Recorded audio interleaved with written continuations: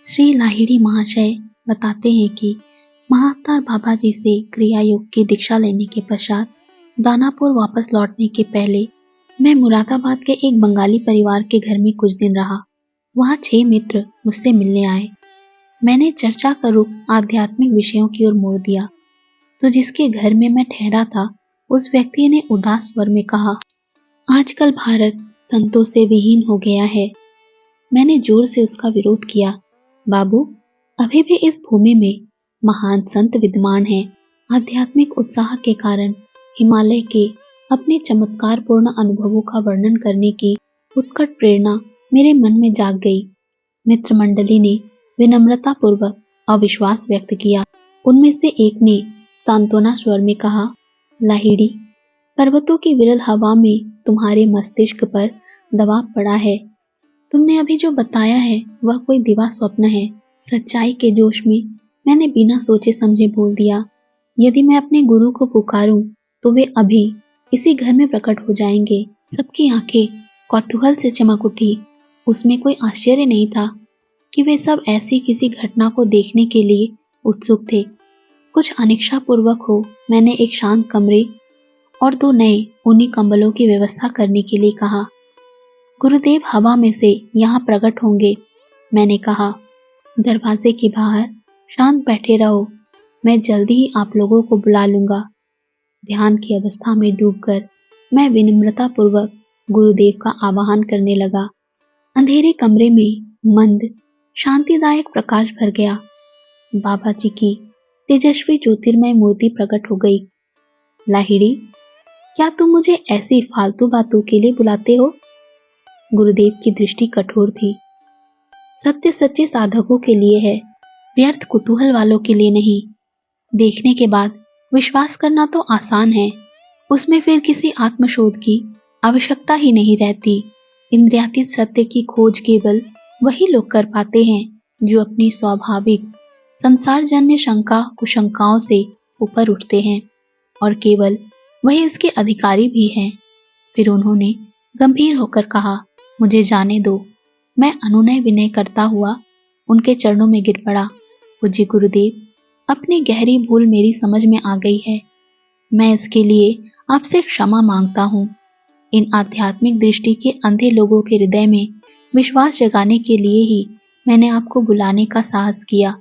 अब जब आप मेरी प्रार्थना पर कृपा कर यहाँ पधारे ही हैं, तो कृपया मेरे मित्रों को आशीर्वाद दिए बिना चले मत जाइए।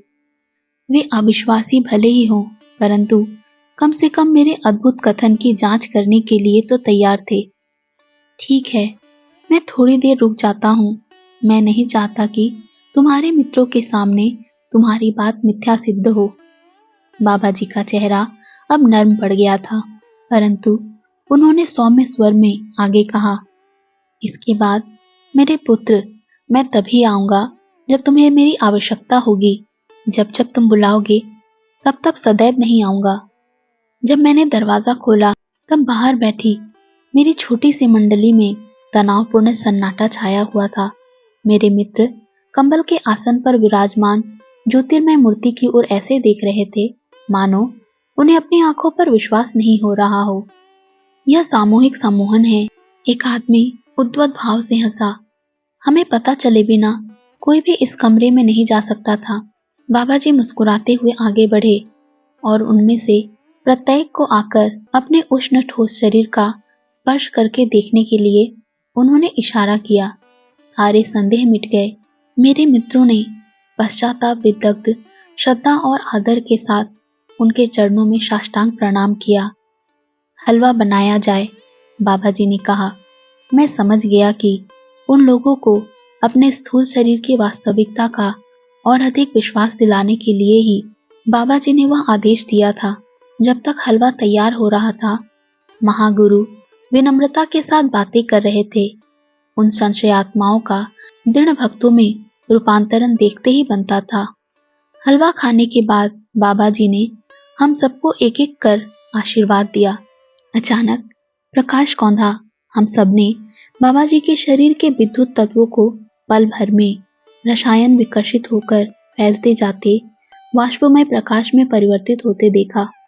महागुरु की ईश्वर के साथ एक रूप हुई इच्छा शक्ति ने उनके शरीर के रूप में एकत्रित पकड़ रखे आकाश तत्व के अणुओं पर अपनी पकड़ ढीली कर दी और उसी के साथ कोट्यवधि प्राण कणिकाओं के स्फुलिंग अनंत ब्रह्म सागर में विलीन हो गए।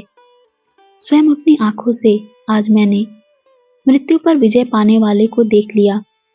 उस मंडली में से मैत्र नामक व्यक्ति ने अत्यंत श्रद्धा के साथ कहा। नव जागृति के आनंद से उसका चेहरा भी बदल गया था। परम गुरु देश और काल के साथ ऐसा खिलवाड़ कर गए जैसा कोई बच्चा पानी की बुलबुलों के साथ खेलता है। मैंने ऐसे पुरुष का दर्शन कर लिया जिनके हाथ में स्वर्ग और पृथ्वी की कुंजियां हैं। लाहिड़ी महाशय ने अंत में कहा था। इसके बाद शीघ्र ही मैं दानापुर चला गया। परम तत्व में दृढ़ता के साथ स्थिर होकर मैंने गृहस्थ के बहुविध पारिवारिक एवं व्यावसायिक दायित्वों को अंगीकार कर लिया। लाहिड़ी महाशय ने स्वामी केवलानंद जी और स्वामी युक्तेश्वर जी को बाबा जी के साथ अपनी एक और भेंट की कहानी भी बताई थी। वह अवसर उन अनेक अवसरों में से एक था जब परम गुरु ने अपना वचन निभाया था कि मैं तभी आऊंगा जब तुम्हें मेरी आवश्यकता होगी। घटना स्थल था इलाहाबाद का एक कुंभ मेला। लाहिड़ी महाशय ने अपने शिष्यों को बताया था। ऑफिस की थोड़े दिनों की छुट्टियों में मैं वहां गया था। कुंभ मेले में सम्मिलित होने के लिए दूर दूर से आए साधु सन्यासियों के बीच मैं घूम रहा था। तभी मेरी दृष्टि भस्म रमाए हाथ में भिक्षा पात्र लिए एक साधु पर पड़ी। तुरंत ही मेरे मन में विचार उठा कि वह साधु पाखंडी है जिसने वैराग्य के वह चिन्ह तो धारण कर रखे हैं पर अंतर में उन चिन्हों से संबंधित चारुता नहीं है। इस साधु से आगे बढ़ा ही था कि मेरी विस्मित दृष्टि बाबा जी पर पड़ी। वे एक जटाधारी सन्यासी के आगे नतमस्तक थे। गुरुजी, मैं क्षण भर में उनके पास पहुंच गया। प्रभु, आप यहाँ क्या कर रहे हैं? मैं इस सन्यासी का पद प्रक्षालन कर रहा हूँ और इसके बाद मैं इनके खाना पकाने के बर्तन मांजूंगा। बाबा जी मेरी ओर देखकर किसी नन्हे शिशु की तरह मुस्कुराए। मैं समझ गया कि वे मुझे सूचित कर रहे थे कि मैं कभी किसी की आलोचना ना करूं, बल्कि सभी देह मंदिर में समान रूप से वास करने वाले ईश्वर को देखूं। वह देह मंदिर चाहे उच्च व्यक्ति का हो या नीच व्यक्ति का।